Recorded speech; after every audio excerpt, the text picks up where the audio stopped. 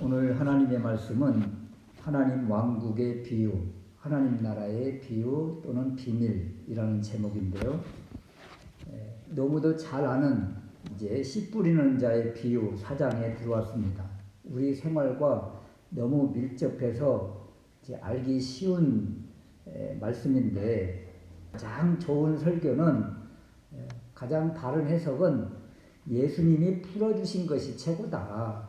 그래서 예수님께서 이 씨 뿌리는 이의 비유를 어떻게 풀어주시는가, 그리고 이 비유의 그 핵심이 무엇인가, 이런 것을 살펴보면서 지금은 보이지 않고 잡히지 않지만 하나님 왕국, 하나님 나라를 이렇게 마음속에 그려보는 귀한 은혜의 시간 될 수 있으시기를 주님의 이름으로 축원합니다.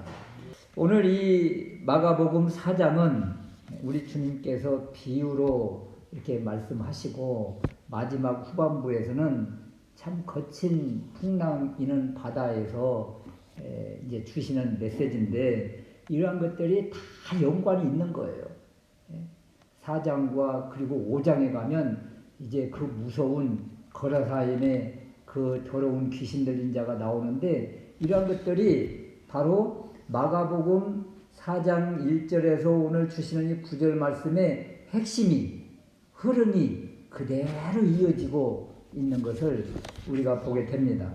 2절 말씀에 예수께서 여러 가지를 비유로 가르치셨다 그럽니다. 또 10절 말씀에는 이 비유의 의미를 제자들이 잘 몰라서 예수님께 묻습니다. 11절 말씀에는 하나님 왕국의 비밀을 너희에게는 주었지만 그 외인들에게는 주지 않아서, 그래서 비유로, 쉽게 말하면 어렵게 이렇게 비유를 주셨다는 거예요. 여기에서 이 비유라는 이 단어 말이에요. 파라볼레라는 이 헬라어 단어는 곁에, 옆에 두다 이런 것입니다. 어떤 하나를 해석하기 위해서 이걸 원관념이라고 그러면, 원래 하고 싶은 메시지라고 하면 이것을 하나 옆에 두어서 다른 것으로 보조관념으로 설명을 해주는 거예요. 그러니까 비유를 주신 이유는 바로 이 원래 하고 싶은 이것을 더 잘 이해하고 설명하기 위해서 주신 것인데, 많은 사람들이 이 원래 원의도, 하나님께서 원래 하고 싶었던, 보여주고 싶었던 이것은 그냥 생략하고, 비유만 열심히 풀어가지고 비유에서 또 가지를 치고 또 비유에서 또 가지를 쳐서 진짜 주님의 핵심의 메시지는 다 빠져버리고, 그냥 비유로 보조관념으로 주었던 그것이 핵심이 돼가지고 그것을 몽땅 설교하는 것들을 많이 보게 됩니다. 비유는 여러분, 비유에서 그냥 그쳐야 되는 겁니다. 원래 주님이 비유를 주신 이유, 목적, 그것에 집중해야지, 다른 보조관념에 우리가 너무나 이렇게 마음을 많이 치우치면 이렇게 잘못된 성경을 해석할 수밖에 없는 오류를 가지게 되는 것이지요. 그런데 12절 말씀에 보면 이 원의도, 주님께서 말씀해 주시고 싶은 그 뜻을 사실은 감추어 주셨다는 것을 우리에게 알려주십니다. 12절 말씀에 보면 이는 저희로 하여금 보기는 보아도 알지 못하며 듣기는 들어도 깨닫지 못하게 하여 돌이켜 죄를 용서받지 못하게 하려 함이라. 어찌 보면 보아도 알 수 없게, 들어도 깨닫지 못하게 이렇게 막아놓은 것이 바로 비유라는 거예요. 비유. 그러면 어떤 사람에게는 비유를 들었을 때에 너무 잘 깨달았죠. 맞아 하면서 아는 사람이 있는가 하면, 어떤 사람은 이 비유를 딱 던졌을 때 무슨 말인지 도대체 모르겠네. 그냥 이게 뭐야, 이게 검은 것은 글씨고 하얀 것은 뭐 종이고 아니 도대체 왜 이런 거를 여기다가 써놨을까? 또 저렇게 왜 저렇게 설교를 어렵게 할까? 도대체 저게 무슨 비유야? 하면서 원 의도를 깨닫지 못하도록 막아놓은 그런 사람들이 있다는 겁니다. 그래서 10절 말씀에 이제 이 비유의 뜻을 이제 풀어서 이야기해 주시게 되는데요. 10절 말씀에 예수께서 홀로 계실 때에 함께한 사람들이 12제자와 더불어, 이 사람들은 누구예요? 예수님께서 택하신 12제자, 그리고 예수님과 늘 함께 있는, 예수님 주변에 둘러앉아 있는 사람들, 예수님 가까이에 늘 있는 사람들, 이 사람들을 지난주 수요일에는 하나님의 뜻대로 행하는 자들이고, 이 사람들이 바로 하나님 왕국의 공동체 구성원이다, 하나님 나라의 가족이다, 이렇게 말씀을 주셨거든요.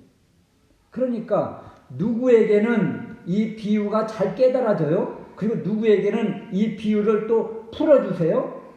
하나님 왕국의 자녀들, 12제자들, 예수님 가까이에서 복음을 들으려고 힘쓰는 사람들, 그 사람들에게는 우리 주님이 비유를 막 풀어주세요. 그리고 외인들에게는, 밖에 있는 사람들에게는 3장 31절 말씀에 보면 밖에 있는 사람들, 외인, 3장 22절 말씀에 보면 예수님을 비방하고 모함하는 서기관과 바리새인 종교 지도자들, 4장 1절에는 병고침 받고 싶어서 자기 욕심과 자기 욕망을 가지고 예수님을 따라다니는 사람들, 큰 무리들, 이 사람들에게는 비유를 감추어 주셨다는 거예요. 깨닫지 않도록 막아놓으셨다는 거예요. 그래서 저희들로 하여금 4장 12절 말씀에 보기는 보아도 알지 못하며 듣기는 들어도 깨닫지 못하게 눈과 귀는 있지만 원 의도, 그 아름답고 그 찬란한 하나님 나라, 하나님 왕국을 감춰 주셨다는 거예요. 감춰 주셨다. 누구에게 이 놀라운 하나님 왕국, 하나님 나라를 보여주십니까? 알게 해주십니까? 바로 예수님 주변에 있던 12제자와 이 복음을 목말라하고 복음을 애타하는 그 사람들에게는 복음의 문을 싹 열어주시는 거예요. 복음이 바로 하나님 왕국이에요. 하나님 나라예요. 하나님 보좌예요. 그 우리가 사모하는 하나님 저 천국입니다. 저 천국을 싹 열어주시는 거예요. 여러분, 성경은 말이에요, 참 특이하게도 있는 자에게는 더 주시고 없는 자에게는 그 있는 것도 막 빼앗아 버립니다. 이게 바로 성경의 원리이기도 해요. 달란트 비유와 문화 비유가 그렇습니다. 주님 앞에 잘했다 칭찬받는 그들에게는요, 갑절의 복을 주시고, 하나님의 뜻을 모르고 자기 마음대로 해석해서 이렇게 하는 것이 좋겠다, 자기가 주인 되어서 살았던 그 사람의 그 달란트는 말이에요, 빼앗아 버립니다. 빼앗아 버려요. 이 바로 하나님의 뜻이에요. 하나님께서 알고자 하는 자, 하나님 뜻에 살려고 몸부림치는 자, 복음을 알려고 몸부림치는 그들에게는 복음을 계속 더 풀어주셔서 말씀을 더 풀어주셔, 그래서 하나님 나라, 하나님 왕국이 밝히 보이게 하십니다. 그런데 하나님을 계속 왜곡하고 예수 그리스도를 비난하고 비방하고 이런 사람들에게는 점점점 그 복음의 문이 닫혀집니다. 오늘 이 4장 12절 말씀, 보기는 보아도 알지 못하며 듣기는 들어도 깨닫지 못하게 하는 이 메시지는 바로 이사야 선지자에게 주셨던 사명과 그 메시지입니다. 이사야 선지자가 그 패역한 백성들에게 하나님의 말씀을 막 외치면서 돌아오라고 선포해야 마땅한데, 이사야 선지자의 사명이 무엇이냐면 이 패역한 백성들 오히려 눈 감긴 자들 더 감기게 하고 귀가 막힌 자들 더 귀를 막아버려라. 그들이 돌이켜 깨달을까 걱정이다. 이것이 하나님의 마음이었어요. 이사야 시대 백성들이 도대체 어떤 상태인데 하나님께서 그들의 눈과 귀를 막아버리셨을까? 이사야서 1장 3절 말씀에 보면 소는 그 임자를 알고 나귀는 그 주인의 구유를 알건만은 이스라엘은 알지 못하고 나의 백성은 깨닫지 못하는도다. 소와 나귀도 그 주인을 아는데 어떻게 하나님의 자녀라고 한 이 이스라엘 백성들이 왜 하나님을 알지 못하는가? 오히려 하나님을 버리고 이사야서 1장 4절에 보니까 그들이 여호와를 버리며 이스라엘의 거룩하신 일을 만홀히 여겨 멀리하고 온 머리는 병들었고 온 마음은 피곤하고 발바닥에서 머리까지 성한 곳이 없다. 이스라엘 백성들을 향해서 이렇게 말씀을 하십니다. 지금 이사야 시대의 이스라엘 백성들의 모습과 예수님 시대에 예수님을 바라보는 사람들의 많은 사람들, 외인들, 이들의 모습이 똑같다는 거예요. 똑같다. 그래서 그들에게는 복음을 오히려 감추십니다. 하나님 나라, 하나님 왕국을 가려버려요. 왜요? 그들에게 복음이 감추어지고 하나님 왕국, 천국이 보이지 않으면 그들은 여전히 타락한 가운데 이 구원을 받지 못하고 하나님의 심판을 받고 말 것입니다. 그렇다면 하나님의 뜻이 심판이 목적입니까? 그건 아니잖아요. 이사야 시대를 우리가 알지 않습니까? 이사야 시대 결국 이스라엘 백성들은 비참하게 아수르와 바벨론의 공격을 받고 멸망을 당하고 그 아픔을 당한 이후에 그 다음에 그들이 하나님 앞에 항복하고 다시 돌아오는 그 하나님의 구원의 역사가 있었습니다. 지금 예수님께서 왜 이 구절을 비유로 들어서 지금 선포를 하시는가? 예수님을 거절하는 이들, 끝까지 예수님을 배반하는 이들은 이사야 시대처럼 멸망을 당하고 심판을 받고 고통을 당하고 고난을 당한 이후에야 그 다음에야 항복하고 돌아오게 될 것이다. 고통 없는 그런 멸류관은 없습니다. 고난 없는 멸류관 없습니다. 십자가 없는 멸류관 없습니다. 결국 처절한 아픔을 당한 뒤에야 그 다음에 주님 앞으로 돌아오게 될 거예요. 결국은 돌아오게 하는 것이 하나님 아버지의 마음이고 우리 주님의 심정입니다. 그 이러한 비유, 씨 뿌리는 자의 비유, 이러한 비유들을 통해서 지금 내가 이 비유를 통해서 하나님의 말씀이 들리고 그리고 하나님 왕국의 비밀이 깨달아지면 하나님이 지금 나에게 은혜를 주신 것이구나. 하나님의 말씀이 꿀송이처럼 달게 느껴지고 이 책망이 가슴 아프게 느껴지면 주님이 나에게 은혜를 주셨구나.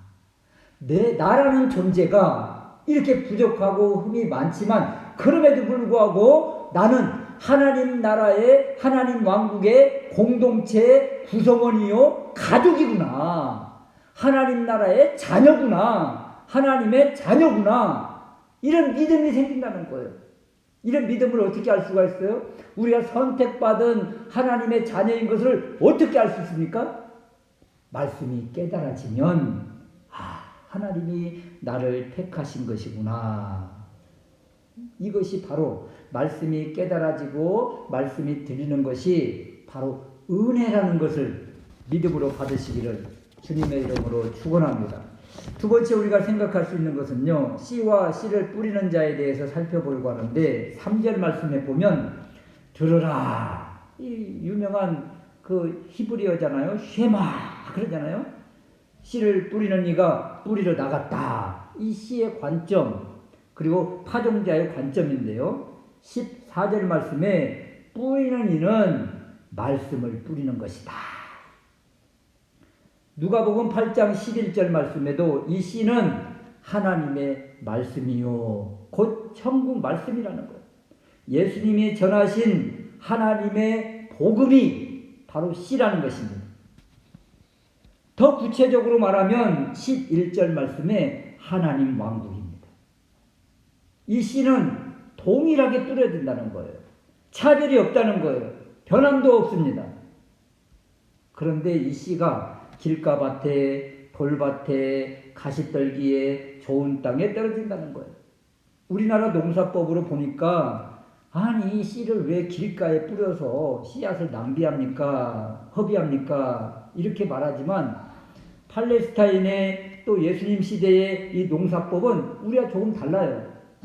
우리는 이렇게 밭을 논을 다 트랙터로 갈고 로타리 치고 그 다음에 부룩을 만들고 그 다음에 씨를 심고 그러지만 이 팔레스타인의 농사법은 이 광활한 땅이 있지 않습니까? 겨울이 지나고 봄이 될 때 이제 풀들이 다 말라 있을 때 이걸 다 불로 태운다는 거예요. 그리고 나서 짐승의 요 등에다가 이 씨를 뿌려서 놓고 씨를 이렇게 딱 태우고 짐승을 끌고 가면 이제 씨를 조금씩 구멍을 내 가지고 다다다다 이렇게 떨어지게 하고 이렇게 짐승을 끌고 다니는 거예요. 이렇게 그렇게 씨를 뿌리는 방법이 있고 또 하나는 사람이 직접 막 뿌리는 겁니다. 그러니까 뭐 돌짝밭, 가시떨기 뭐 이런 어디가 돌짝밭인지 어디가 가시떨기고 어디가 길가지 모릅니다. 그거 상관없이 그냥 막 뿌리는 거예요. 전체적인 밭에 씨를 뿌리는 것입니다. 그리고 씨를 뿌리다가 이제 풀을 뭐 뽑으러 간다든지 뭐 지름길을 만든다든지 그럴 때 사람들이 계속 왔다 갔다 하니까 그곳이 그냥 길가가 되는 거예요. 어떤 특별한 길가가 있는 것이 아니고. 그러니까 이 씨 뿌리는 자의 이 비유를 생각할 때 이렇게 넓은 밭에 그냥 꼭 길가 뭐 가시떨기 돌밭 이렇게 있는 것이 아니고 그 넓은 밭에 씨 뿌리는 이가 씨를 전체 다 뿌렸다. 이걸 생각해야 돼요. 이걸. 그리고 나서 추수 때가 되니까 이 넓은 밭에 다 이삭들이 나와서 열매를 맺어서 황금 물결을 이루었다. 그러니까 여러분 봄에 씨를 뿌리고 가을에 그 넓은 밭이 다 이 이삭으로 알곡으로 가득 차 있는 이것을 생각하라는 거예요. 이것을 그냥 돌짝밭, 길가, 가시떨기 나는 돈 걱정을 많이 하느라고 자식 걱정을 많이 하느라고 나는 하나님 나라 자녀가 아닌가벼 이렇게 생각하는 것이 아니고 좋은 밭에 씨를 뿌려서 30배, 60배, 100배의 열매를 거두었느니라. 하나님 왕국은 하나님 나라는 복음이 선포되는 곳에는 하나님의 말씀이 뿌려지는 곳에는 이런 놀라운 역사가 나타날 것이다. 이것을 지금 선포하는 거예요. 씨 뿌리는 자의 비유는. 그런데 우리는 너무나 그냥 길가밭에 돌밭에 가시떨기에 집중해서 이런 사람 회개 그러면서 말이죠. 또 무슨 걱정을 그렇게 많이 하고 그런 이야기를 많이 합니다. 여러분 하나님의 말씀 복음이 임하면 우리 안에 여러분 이 길가 돌밭 가시떨기 이런 속성들 다 있습니다. 목사라고 없겠어요? 목사라고 자식 걱정 안 합니까? 돈 걱정 안 합니까? 뭐 교통사고 걱정 안 해요? 한문철 TV 보면 아이고 차를 그냥 끌고 나가지를 못하겠어요. 무서워서 그냥 얼마나 사건 사고가 많은지 말이죠. 그러면 이 모든 염려 걱정 그런 거잖아요. 그래서 하나님 왕국의 비밀이 막혔습니까? 그런 것이 아니죠. 우리 모든 사람은 길가 돌밭 가시떨기 좋은 땅 모든 것을 갖추었습니다. 그렇지만 복음을 받아들이는 그 사람에게는 하나님 왕국, 이 복음의 능력, 이 추수의 놀라운 확장성, 이것이 임할 것이다. 이것을 먼저 우리에게 주시는 것입니다. 그런데 이런 씨앗들, 이런 것들이 자라고 열매 맺는 이 모든 것들, 뿌린 씨앗들 말이죠. 지금 당장 눈에 보입니까? 열매가 보입니까?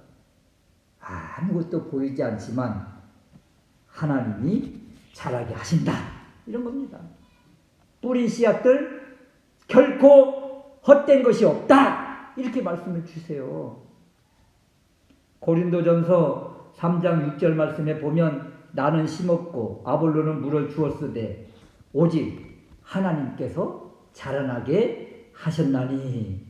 우리는 심고 물 주고 이런 것밖에 할 수 없지만 모든 것 자라게 하시는 이는 하나님이시다. 예수님이 전한 하나님의 나라, 나사렛 손뜨기, 종교 지도자들에게 무시를 당하고 폄하를 당하고 복음의 능력이 없는 것처럼 하나님의 왕국이 정말 미미하고 아무것도 보이지 않지만 하나님의 왕국, 복음의 능력은 이렇게 좋은 땅에 100배의 열매를 맺는 것처럼 이런 은혜가 있을 것이다. 이것을 말씀해 주고 계세요. 그러면서 뿌린 말씀들, 전한 말씀들, 전한 복음 결코 헛되지 않으므로 이 사역에 있어서, 이 일에 있어서, 주의 일 하는 것에 있어서 절대 포기하지 말아라. 여러분, 우리에게 포기는 없습니다. 물론 포기는 대충 포기 셀 때나 쓰는 것이죠. 우리 인생에 믿음의 사람에게 포기는 있을 수가 없다. 그렇다면 이 씨의 비유에서 씨가 무엇인가 이런 것인데요. 말씀이라고 그랬잖아요. 그런데 요한복음 12장 24절 말씀에 보면 내가 진실로 진실로 너희에게 이르노니 한 알의 밀이 땅에 떨어져 죽지 아니하면 한 알 그대로 있고 죽으면 많은 열매를 맺느니라. 그리고 바로 이어서 32절 말씀에 요한복음 12장 32절에 내가 땅에서 들리면 모든 사람을 내게로 이끌겠노라. 여기에서 한 알의 밀, 씨앗입니다. 씨가 누구예요? 우리 주님이시죠. 우리 주님이 십자가에서 죽어야 될 것을 이미 말씀을 주시고 이 씨가 땅에 떨어져 황금 물결을 이루려면 우리 주님과 같이 믿음의 용사들, 믿음의 자녀들이 죽어야 이 복음이 증거된다고 말씀하시는 겁니다. 씨 비유를 들어서 마지막까지 4장의 마지막 부분 그리고 5장 초반절 이유는 이제 씨 비유를 주신 진정한 목적, 의도는 무엇인가 하면 하나님 나라와 하나님 왕국은 이런 자에게 주어진다. 어떤 자에게? 한 알의 밀알처럼 씨를 받은 자, 말씀을 받은 자, 죽는 자. 참 무서운 말씀이기도 하잖아요. 이 죽는 자를 통해서 결국은 복음이 나타나고 하나님 나라가 드러나고 하나님 왕국 천국의 비밀이 열려진다고 말씀하신 겁니다.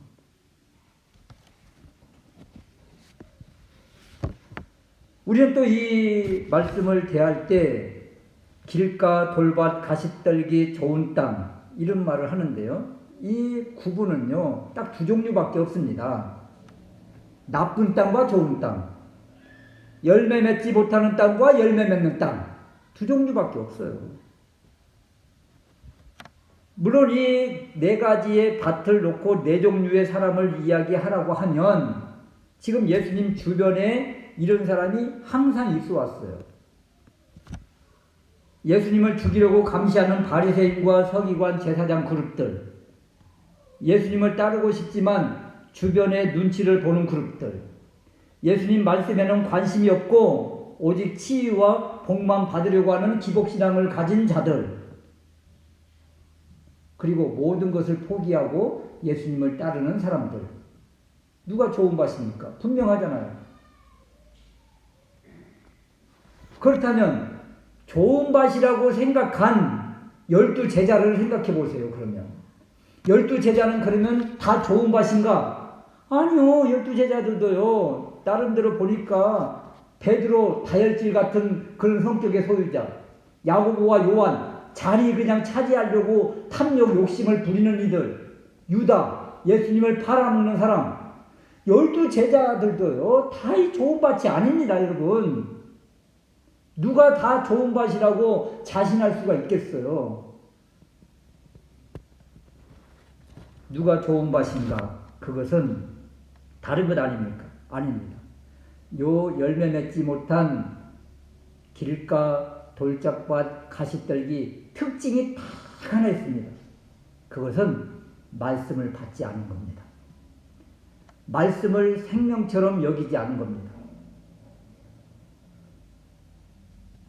다른 이유가 없어요. 그래서 결국 그들은 말씀의 그 열매를 맺지 못하는 거예요. 말씀의 열매가 무엇입니까? 하나님 왕국의 그 비밀인 것이죠. 이 비밀을 알지 못하는 거예요. 누가복음 8장 15절 말씀에 보면 착하고 좋은 마음으로 말씀을 듣고 지키어 인내했다. 이런 사람이 좋은 밭이고 황금 물결을 이룬다고 말씀합니다. 여기에 말씀을 경청하고 이해하고 동의하고 합의하고 지키고 말씀을 깨달았다. 이것은요 다른 것 아닙니다. 말씀을 받아들인 것입니다. 그대로 말씀을 받아들인 거예요. 그리고 인내했다. 지켰다. 말씀을 붙잡고 생명처럼 여긴 겁니다. 그런 사람들에게 30배, 60배, 100배의 열매를 얻고 이들을 통해서 하나님의 나라, 복음, 하나님의 왕국은 확장된다. 이것을 보여주고 계신 거예요. 이 말씀을 누구에게 지금 주고 있다고요? 1차 독자를 생각해 보십시오. 로마에서 순교당하는 이들, 예수 그리스도 그 믿음 하나 가지고 있다가 말씀 하나 붙잡고 살다가 로마 군병에 붙잡혀서 화형을 당하고 그 짐승들의 사나운 동물들, 맹수들의 그 밥이 되고 이런 지금 위기 앞에 있는 사람들, 주님을 버리고 싶고 내 생명 살고 싶고 그럼에도 불구하고 이 씨 뿌리는 이의 이 비유를 받은 이들은 말이에요. 말씀 하나 받은 것이 얼마나 감사하냐. 내가 하늘의 미랄이 되어 죽음으로 이 로마가 변화된다면, 하나님 나라가 증거된다면, 하나님의 왕국이 선포된다면 나는 그러하리라 하면서 그들은 고백하며 나아갔습니다. 오늘날 우리에게 이 말씀이 그렇게 가슴에 와닿지 않는다고요? 지금도요. 오늘날도 이 말씀 하나 생명처럼 여기면서 우리가 살아낸다면 이 말씀의 열매가, 말씀의 꽃이 반드시 필 것입니다. 어떻게 해야 좋은 밭일까요? 그것은 다른 것 아닙니다. 우리가 막 돌짝밭을 이렇게 개간을 하고 가시떨기를 뽑아내고 그래야 좋은 밭이 되는 것 아닙니다. 이것은 세상의 논리입니다. 이것은 자유주의자들이 하는 말이에요. 왜 그렇습니까? 내가 좋은 밭이 된다는 거예요. 내가 힘써서. 성경에 어디 그런 말씀이 있습니까? 주님이 은혜를 주셔야만 가능한 것이고 하나님의 말씀을 받아야만 바로 좋은 밭이 되는 겁니다. 어떻게 하면 좋은 밭이 될 수 있을까요? 말씀을 받으면 됩니다. 하나님의 말씀을 또 받고 그 말씀이 나를 통해서 썩는 거예요. 썩어. 내가 그 말씀에 내 자존심이나 나의 모든 것을 죽이는 겁니다. 또 다른 한 말씀을 받고 욕심을 버리라고 하면 버리는 것입니다. 나를 버리고 그 말씀을 이루는 것입니다.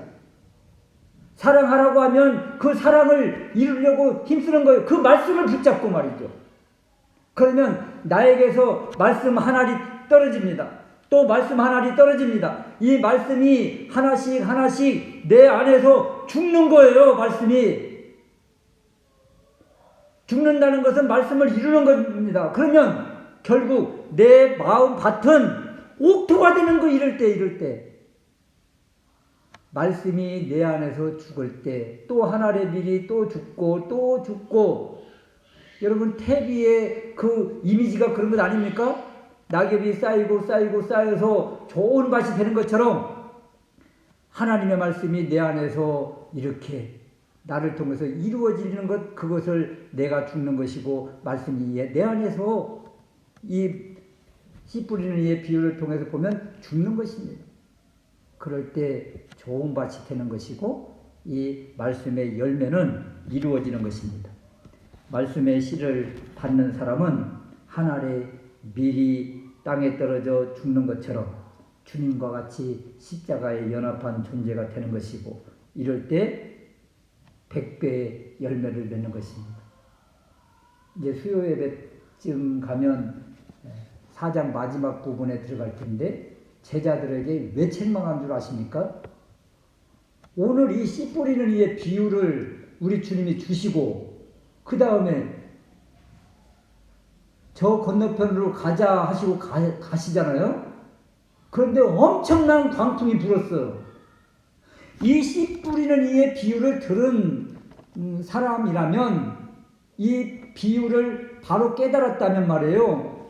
이야, 드디어 우리에게 죽을 기회를 주셨구나. 그러면서요, 예수님 주무시는 옆에서 딱 대자로 누워야 정상입니다. 여러분, 말씀을 바로 받았다면. 그런데 그 제자들 가운데 죽으면 죽으리라 하는 사람이 한 명이라도 있던가요? 그냥 물을 퍼내고 죽지 않으려고 몸부림치고 예수님 깨우고 결국 예수님께서 풍랑을 잠잠케 하셨지만 돌아온 것은 책망이었습니다. 아직도 깨닫지 못하는 죽음을 두려워하느냐, 죽어야 열매를 맺고 죽어야 하나님 왕국이 실제가 되는 것을 아직도 모르느냐. 씨 뿌리는 이의 비유. 죽어야 삽니다. 아멘. 이런 믿음의 고백이 점점 더 강하게 우리에게서 나올 수 있으시기를 주님의 이름으로 축원합니다.